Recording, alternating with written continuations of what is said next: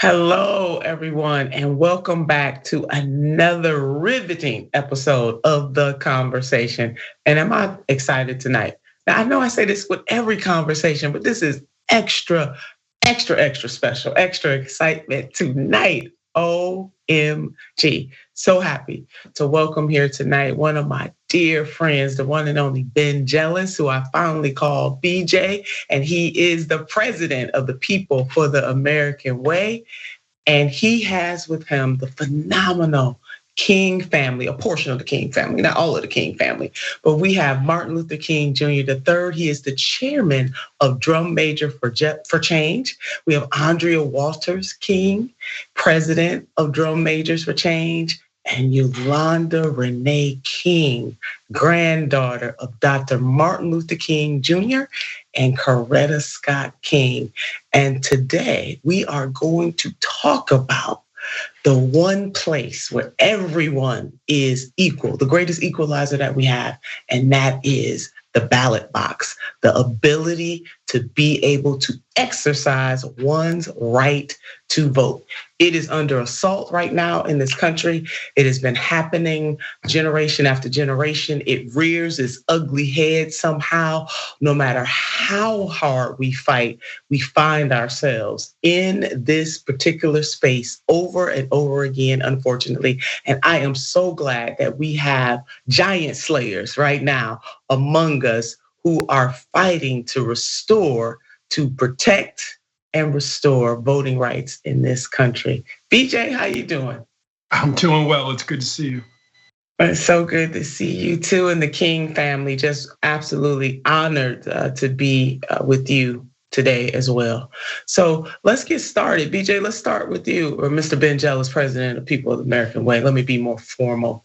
Let's talk about this. You have been on this journey too for a long time, along with the King family. We have the youngest among us, Yolanda, so I can't wait to hear from her and why she is on this journey. I'm sure it's in her DNA, but the encouragement that she can have for people, for young people in her generation and younger, and why they should get involved.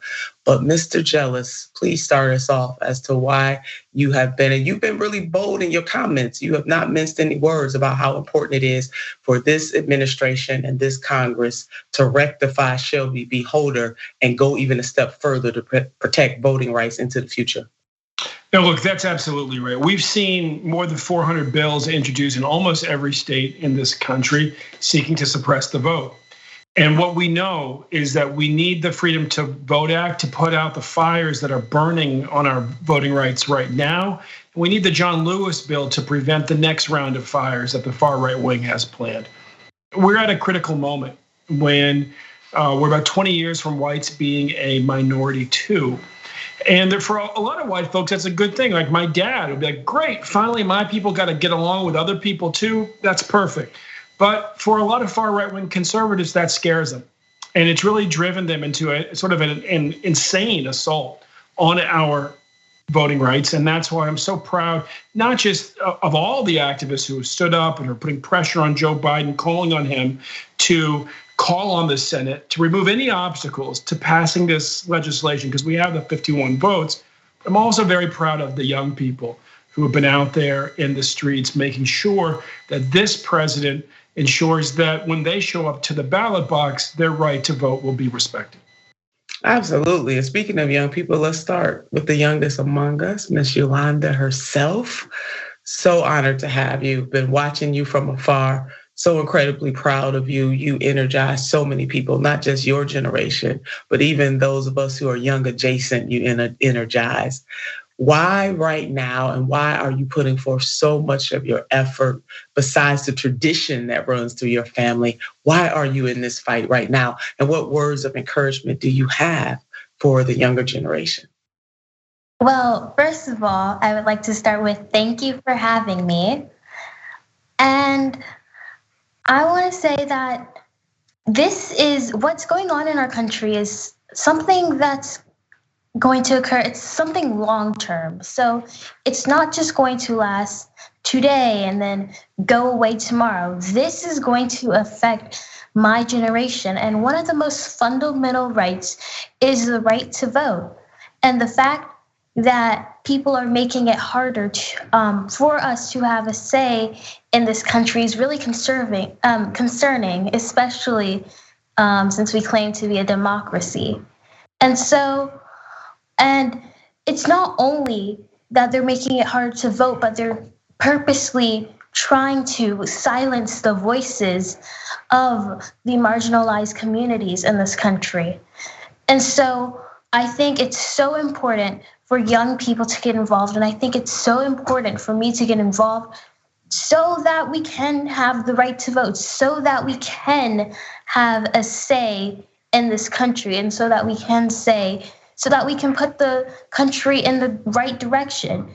Many people, and this relates to all activists. I know that not every activist is specifically working on voting rights, but if you want to get certain bills, such as environmental bills or pieces of legislation that can benefit the environment or make schools safer, then you have to elect the right people. And in order to elect the right people, well, what do you have to do? You have to vote. And so I think voting ties to every form of activism. And so that's why it's so important to vote, so that we can elect responsible people who will really get these laws that can benefit this country and make places safer and really help solve the issues that we battle to this day. So one of the most fundamental things you have to have in order to do that is to vote. And so everything ties to voting. And as for why I got into this, I think it was something that, my parents never forced me to do this. They never said you have to be into activism. And they were like, they even told me it's okay if you don't want to get into this work. But Sure. It's been a calling. It's almost like when a mosquito bites you and you just want to scratch the bite. And so that's how I feel activism is to me. Like, if I have the opportunity to make change, then I don't want to sit back, because I have the opportunity, and really everyone has the opportunity. And so I think for me and for the people who get involved into these movements, I feel like they have a calling. They have the same mosquito bite as me, and they know that they can do something. And so instead of just watching, they are actually out on the streets. They're actually taking action, and they are doing something. They're using their platforms, and not just on the streets, but it could be artistically in some sort of way, or writing something such as a book or stories to inspire people, or through social media. They're finding ways, their platform, what they're good at, their talents, to use it for good. And I think that's what activism is about, using your platform for good. Speaking of using a platform for good, Madam President, so you have been standing in the gap along with the rest of the family in terms of spreading a message of hope, of love, of purpose, and voting is a part of helping everyday people be able to shape purpose. Most people will not ever run for office, but the one place where we all are supposed to be equal is at the ballot box. Why do you think we are right back at a pivotal moment in our country's history when it comes to access to the ballot box? Well, I think it's quite interesting. Last year, there were a massive campaign to get people out and get people involved and vote. And people came out and they heard the call and they voted in numbers unlike we've ever seen before. And from all accounts, it was fair elections, great elections, no problems, no issues. Consequently, since January of this year, over 400, almost 500 bills and laws have been proposed in response to what we saw last year, which is people coming out and using their voices, as Yolanda talked about, and voting. Now we're seeing actual bills that are being proposed to make it harder, not easier, for people to vote. And it's quite simple. We stand for laws. Laws should lift us up, not limit us. And all of these laws are intentionally targeted to limit the voices of Black and brown communities. Yes, and for me, serving in the legislature at a time when they tried to do that in Ohio, and Ohio is back at it again. And as Ben Jealous laid out, some of this might be tied to a fear of being in the minority position. And so sometimes people do lose their ever-loving minds, and those types of people should not have the power, but they do. And I certainly do believe that the Democratic Party in particular has not done the requisite work on the state level, because that is where we're losing the greatest amount of ground when it comes to voting rights, besides what is not happening in that Congress right now. Which leads me to you, Chairman. Your thoughts about this moment that we are in right now. Why is it important to call into, not just call out, but say to the Democratic Party that is in charge on the federal level that you must do better and you must do it right now, and we cannot wait? Well, democracy is or could be lost in a real sense. That's how critical this moment is in history. My father used to say a voteless people is a powerless people. And one of the most important steps that we can take is that short step to the ballot box. But yet when you have a democracy that at least purports to be a democracy, and elected officials are suppressing people's rights to vote, the most fundamental right that we have that upholds democracy, where, as you stated earlier, where that's all of us should have equal access. And that does not exist in 19 states now, and those numbers perhaps will grow. And therefore, it is so important to look at the filibuster, because that is the only thing that is keeping legislation from being passed. The John Lewis bill, the Freedom to Vote Act, all of those bills that are vitally needed at this time in our country.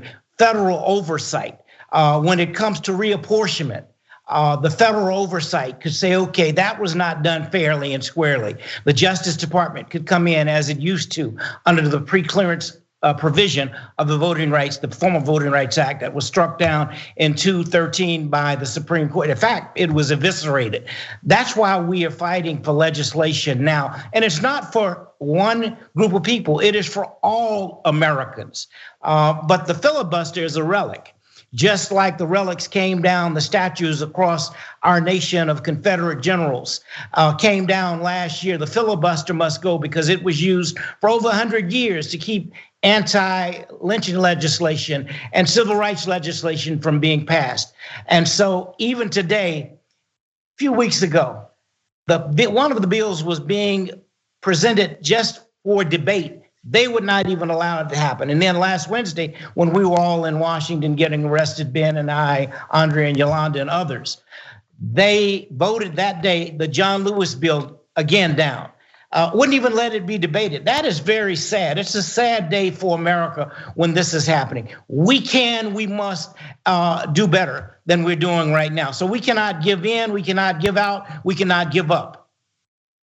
Agreed. And Ben, I'm coming back to you. I mean, you wrote a recent op-ed about why you decided to get arrested, why you are continuing this work. You've never really left this work at all. You've just done it in different iterations, from you and I being on the campaign trail together for Senator Bernie Sanders, to being on policy campaigns, to doing the great work that you are doing right now. You have been really strong, though. I mean, you have been the word is not strong. You've been very direct. You have not minced words about the critical nature of this moment, and you have not let the party in control off the hook for the type of policy that they can push and what their obligation. I think that's a better way to frame it, that they have an obligation because they are in the majority, despite what Chairman MLK III has laid out, that the fact that they have slim numbers and that the Republicans, every one of them, voted down the John Lewis Voting Rights Act, and you have to have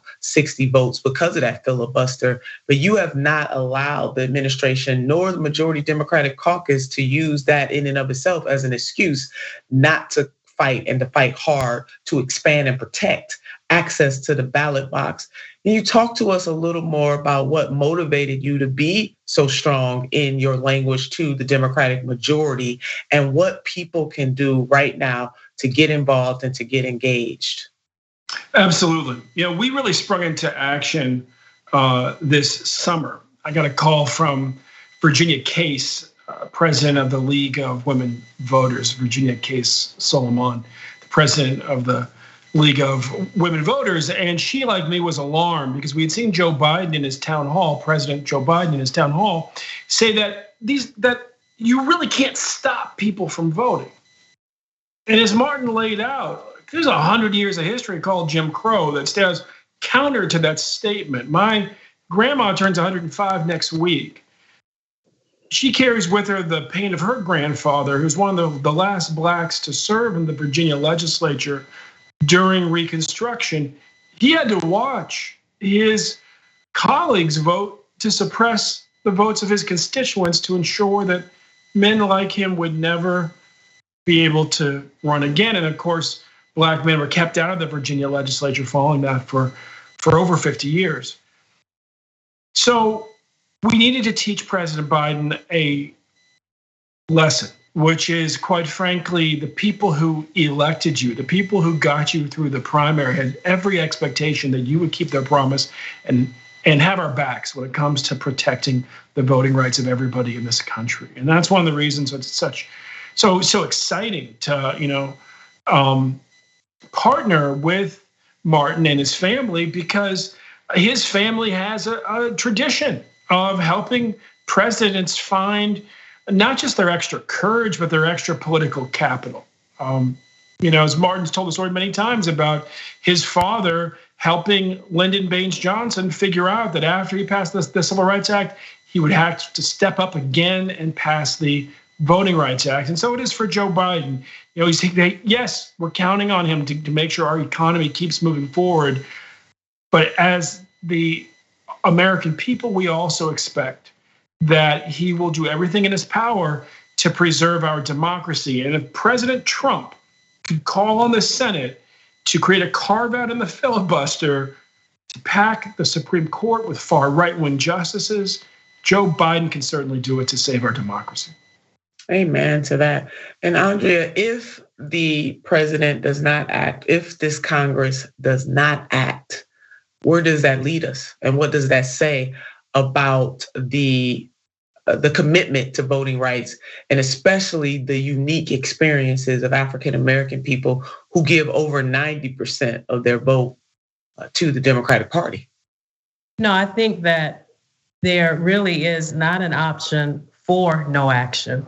And I know that all of us that are here today and so many more in our coalition are committed to continue until this is a reality for all. This summer we had on the 58th anniversary of the I Have a Dream speech, we had 100 marches in 41 states, all on one day. We partnered with March On, Drum Major, NAN, SCIU, and Future Coalition. So we also had on that massive day of action, 300 national groups to sign on along with us to support the marches and the protests that were going on all across the country. So, this is something that we're going to continue to do. For many years, I worked for an organization that monitored hate crimes and hate groups. And one of the co-founders of that organization was Reverend C.T. Vivian, whom I consider a mentor. So, I've had the distinct pleasure and honor of working with people who actually have changed this world. So I understand that this can be done. The sacrifices of which have to be made to make it done, and ultimately that it will be done. And Martin III, what would you say to people who are really frustrated right now about the fact that in the 21st century, Black people are standing in the gap? And as you said, this is for everybody. It's not just for African American community. Every time we move, every time civil rights happen, it happens for all. But the African American community is uniquely positioned, has a unique experience in this realm. What do you say to people who are increasingly frustrated that we find ourselves in the 21st century begging in a way, maybe I shouldn't use the word begging, but really pushing very hard, I'll use that, a Democratic president and a democratically controlled Congress to stand up and do the right thing on behalf of expanding and protecting the right to vote? First of all, I would say that every time we garner gains, there are setbacks. Every single time. And we have to understand sort of what Yolanda was saying, and that this is not a sprint. I wish it could be a sprint and we were done. It's a marathon. And then my mother used to say that freedom is never permanently given. Every generation must continue to earn its freedom. And so that's why I say we have to stay on the battlefield. Now, it's all right to retreat a little bit, but we have to constantly work. And if we look to what our brothers and sisters on the right wing did, President Obama told us when he first got into office, I need you to continue, not to go home and sit down, but to continue to challenge and work with me. Most people went home and said, oh, you got it. Oh, you're gonna do the right thing. You have to stay out there. Our brothers and sisters on the right, extreme right, they never take a break. They're constantly there. We need to take an example from them also. But the goal is to move our nation forward in a way where all people can participate and we don't lose any rights, although it feels like we've lost a lot. I think the higher point, though, is what happened last year after George Floyd tragically was killed was the whole world was galvanized for the first time. And although those demonstrations have gone away to some degree, they are not going away. That sentiment, which is led a lot by young people, young blacks, young whites, young Latinos, even young Native Americans. There were every group of individuals in our nation who were in those movements all over the world.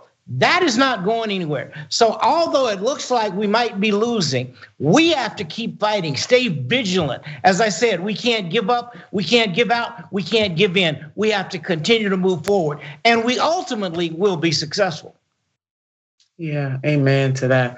And Yolanda, what do you say to your peers about getting involved and getting engaged? As we know, most of the movements that have happened in this country have had people from every single generation engaged. And in the 21st century, we're seeing that freedom fighting spirit emerge, whether it's the Black Lives Matter or the Sunrise Movement, young people fighting to preserve, to save the climate, save Mother Earth for us right now and to future generations. If you were talking to young people right now and they were kind of hedging on whether or not they could have influence or power, whether or not they can make a difference, what would you say to them to get them encouraged to get involved?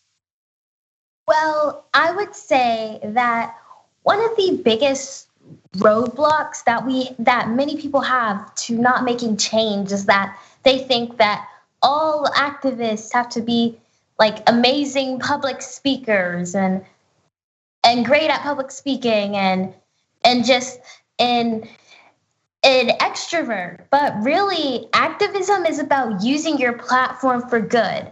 And that platform doesn't just have to be speaking. There are many ways that you can get involved. You can get involved by writing letters and giving feedback to our politicians. You can get involved by, as I was stating earlier, creating visual art or creating music or writing stories or books or starting a book club that focuses on reading certain books that revolve around these issues and then talking about it, or starting a club at your school, or getting a group of friends. This could be like a few friends and go to a peaceful protest together about an issue you are passionate about. And you can make signs, because a lot of times art is a big part of many of these demonstrations. So you can make signs and you can go with your friends, and there would not be a demonstration without the actual participants there, without all the people there saying absolutely that, actually communicating that, look, we agree with you and this issue is important. And so I think that there are so many ways. So find a talent, find something that you know you are good at, and draw that to activism. That is my get involved. Yeah, I appreciate that, Yolanda. Basically, you're saying do what you can where you are, what you have, and that there is space in this movement for everybody. Everybody's voice is needed. Ben Jealous, People for the American Way. How do people find the People for the American Way, and how can they get involved? Yeah, you can go to pfaw.org and sign up. We will be out in front of the White House on the 17th, approximately 10:30 a.m. So please join us at Lafayette Square. Again, on the 17th of December, you can sign up if you're willing to risk arrest outside the White House. We will have our largest turnout by far on the 17th. We need you out there. If you're willing, as young Ms. King said, to just be there and to show your support, bring your sign, make your art. We need you there too. So again, on the 17th at the White House. And if you can't be there, please just call the White House and demand that the president call the Senate and tell them to just pass the voting rights bills, get the filibuster out of the way. It's time. It is time. And to the King family, the Drum Major Institute, I'm sure that people can find that online, and your web address is? drummajor.inst.org. All right, so let's follow, support the Drum Major Institute, People for the American Way. We all have an obligation to uplift this democracy and to protect it, as both the King family has laid out and Mr. Ben Jealous has. We cannot sit on the sidelines in a representative democracy. We must be in it. I'm asking you all to keep the faith and, more importantly, keep the fight. We all have a role to play. Thank you for joining us on The Conversation. Thanks for watching The Young Turks. Really appreciate it. Another way to show support is through YouTube memberships. You'll get to interact with us more. There's live chat emojis, badges. You've got emojis of me, Anna, John, JR. So those are super fun. But you also get playback of our exclusive member-only shows and specials right after they air. So all of that, all you gotta do is click that join button right underneath the video. Thank you.